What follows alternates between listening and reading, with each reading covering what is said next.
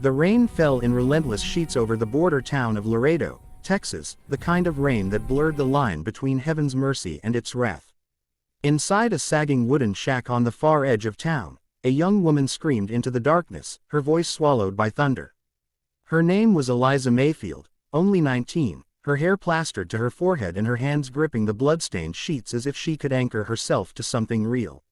Life and death danced together in that tiny room, and the smell of sweat and iron filled the air. A single lantern flickered beside the bed, throwing trembling shadows across her face as she gave one final push, and then came the sound that stilled the storm inside her, the cry of her newborn. The midwife, an old woman with trembling hands, caught the baby and wrapped her in a thin blanket. "It's a girl," she whispered, placing the child against Eliza's chest. For one fragile, golden moment, everything was silent, the world stopped. Eliza looked down at the tiny life she had fought to bring into the world, her lips trembling into a weak, tearful smile. She named her Mary, after her mother. But before she could even whisper the name again, the door crashed open with a force that shook the walls. Two men entered, their boots heavy, their coats dripping mud and rain. One of them had a scar carved down his cheek, like a river of old violence. "We're here for the child," he said flatly.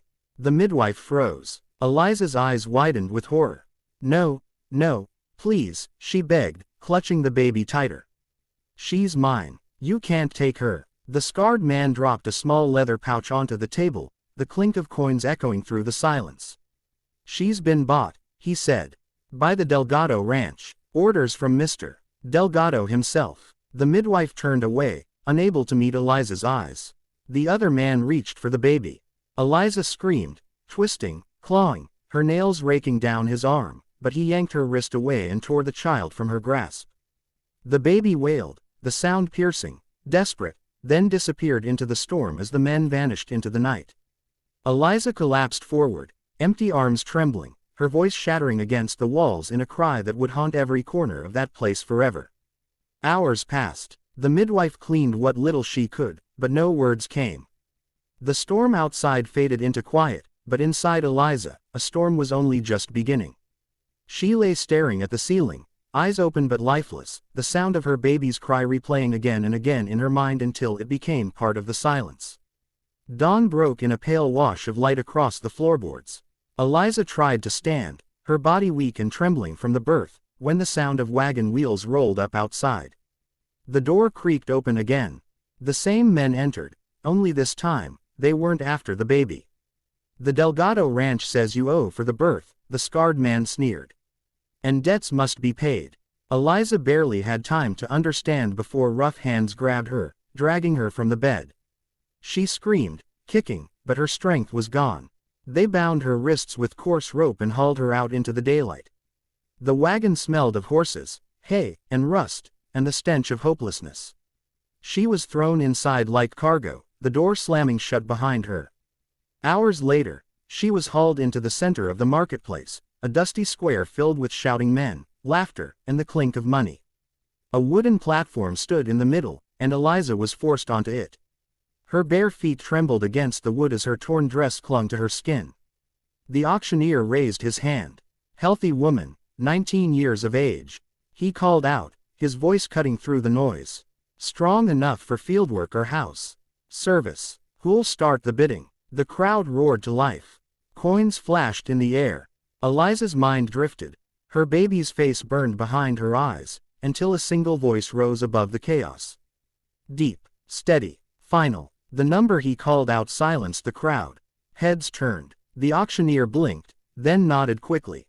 "Sold," he shouted. The man stepped forward from the edge of the crowd, tall and broad-shouldered, his face half hidden beneath the brim of a black hat. His long coat was soaked from rain, but his eyes, pale gray and sharp as winter steel, held no cruelty. He reached into his coat, handed the gold coins over, then turned to Eliza. With a swift motion, he drew his knife and cut through the ropes around her wrists. "You're free now," he said quietly, his voice low and rough, like a man who'd forgotten how to speak gently. Eliza stumbled backward, rubbing her wrists, disbelief flickering across her face. "Why?" she whispered hoarsely. "Why would you buy me?" The man looked at her for a long moment, rain dripping from the brim of his hat. "Because no one else would have done it," he said. "Because some things shouldn't be owned." His name was Colt Harrison, though she didn't know it yet, a rancher from the northern ridge, a man known more for the ghosts that followed him than for the cattle he raised. Without another word, he turned and began walking toward the edge of town. "Come on," he called over his shoulder. "You can stay at my ranch until you decide what to do." Eliza hesitated, torn between fear and the faintest spark of hope. Around her, the townsfolk stared, whispering. The world she'd known, pain, loss, chains, was behind her, and yet the road ahead was nothing but a blur of dust and uncertainty. Still, her feet began to move. The rain had stopped. The clouds broke open to reveal a strip of gold light on the horizon, stretching across the muddy streets like a promise. And as Eliza followed the stranger out of Laredo, the first fragile ember of something new flickered inside her chest. Not trust, not yet, but the faint, trembling pulse of freedom. She had been sold, yes, but for the first time, it felt like she had been bought for life, not for labor. The Harrison Ranch sat miles beyond the edge of Laredo, where the plains stretched wide and empty beneath a sky the color of bruised silver. When Eliza first saw it, she felt something strange, not safety, not quite, but a silence that didn't hurt. The house was large but worn, its paint peeled by years of wind and rain, its porch creaking under the weight of memory. Colt Harrison rode ahead, his black coat rippling behind him like a flag of ghosts. He didn't speak much, he never had to.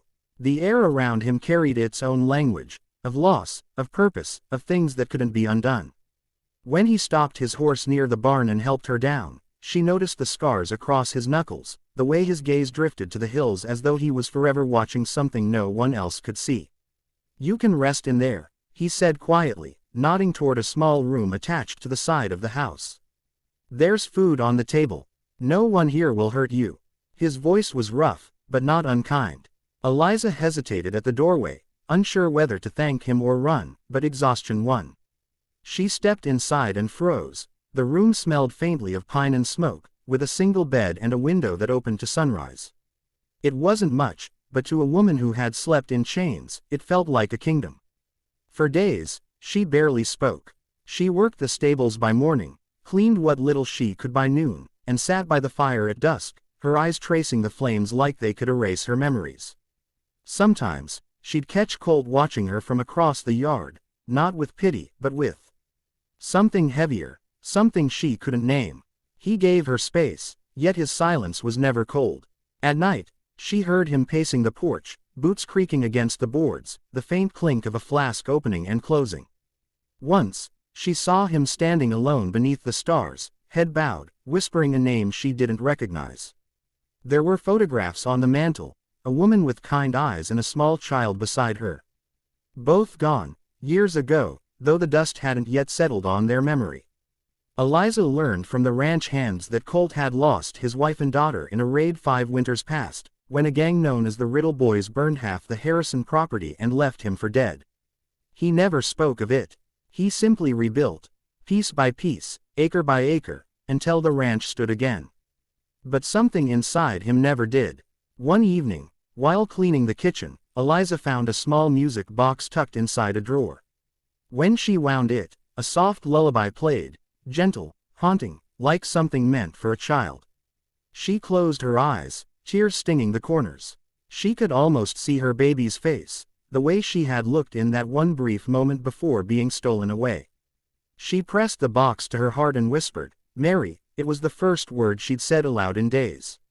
From the doorway, Colt's voice startled her. Who was she? Eliza froze. She turned, clutching the music box as if it were armor. "My daughter," she said, her voice breaking. "They took her, minutes after she was born." Colt's expression didn't change, but his eyes darkened, not with shock, but recognition. He stepped forward slowly, the firelight carving deep lines across his face. "I know the Delgado Ranch," he said.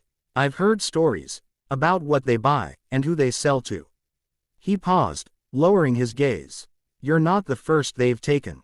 Eliza's breath hitched. "You mean other women?" Colt nodded. "And children. They sell them north, to rich men who pay for heirs they couldn't make themselves." She sank into a chair, her whole body trembling. "Then she's gone," she whispered. Colt didn't answer right away. He crouched down, met her eyes, and said softly, "Not gone. Just lost. And lost things can be found." From that night on, something changed between them.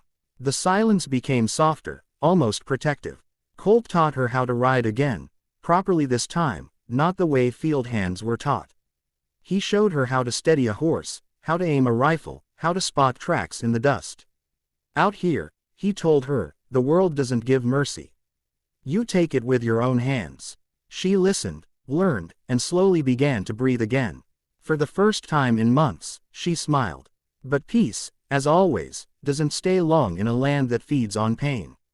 It happened one cold night, when the wind howled against the windows and the lamps flickered. A rider came to the gate, thin, ragged, his horse half dead. Colt met him outside, hand resting near his gun. "You're a long way from town," he said. The rider spat blood and laughed weakly. "I reckon you're Harrison," he rasped. "Got something you'll want to hear." He reached into his coat and pulled out a torn scrap of fabric, baby linen, embroidered with the name Mary. Eliza saw it from the porch and nearly collapsed. The man's voice cracked as he went on. "Saw her. Saw the girl. She's alive. Kansas way. Delgado sold her to a couple up north. Rich folk, big house, the kind with servants." Eliza's hands flew to her mouth, sobs breaking loose. Colt's jaw tightened, his eyes burning with something fierce and old. "Where?" he demanded. The man coughed, blood splattering the dirt. "Prairie Creek," he managed to whisper before falling forward, dead before his body hit the ground. The ranch fell silent. The only sound was the wind moving through the grass. Eliza sank to her knees, clutching the piece of cloth like it was life itself. "She's alive," she whispered again and again, the words both prayer and disbelief. Colt knelt beside her, his hand steady on her shoulder. "Then we'll bring her home," he said simply. "No matter what it takes." She looked up at him, eyes wide, tears shining like glass. "Why would you do this for me?" Colt didn't answer right away. He stared into the horizon, where lightning flashed far beyond the hills, and said, "Because once, someone took my little girl too. I never found her. I won't let another man live with that ghost." Before dawn, they packed. Colt loaded his rifle, saddled 2 horses, and filled a small leather bag with gold. Eliza tied her hair back, her hands shaking as she wrapped her daughter's cloth around her wrist. The sky was still dark when they rode out, the first thin light of morning just beginning to bleed over the horizon. Behind them, the Harrison ranch disappeared into shadow. Ahead of them stretched the open plains, miles of danger, lawless towns, and the men who served Delgado's greed. But neither looked back. For the first time since her child was taken, Eliza's heart beat with purpose. And beside her, Colt rode in silence, haunted yet resolute, a man who'd seen the worst the world could offer and still chose to fight for something good. As they crossed the first ridge and the wind caught Eliza's hair, she looked over at him and whispered, "If we find her, what then?" Colt's gaze stayed fixed on the horizon. "Then you'll start living again," he said. "And maybe I'll finally stop dying." The sun broke over the hills, painting the land in gold. The road ahead shimmered like a promise, uncertain but alive. And as the 2 riders disappeared into the dawn, the ghost of a lullaby drifted through Eliza's mind, the one she'd hummed the night her baby was born. For the first time, it didn't sound like goodbye. It sounded like home waiting to be found. If stories like this touch your heart, hit that red subscribe button right now. And don't forget to tap the bell icon so you never miss the next emotional story we share. Because every story deserves to be felt, not just heard.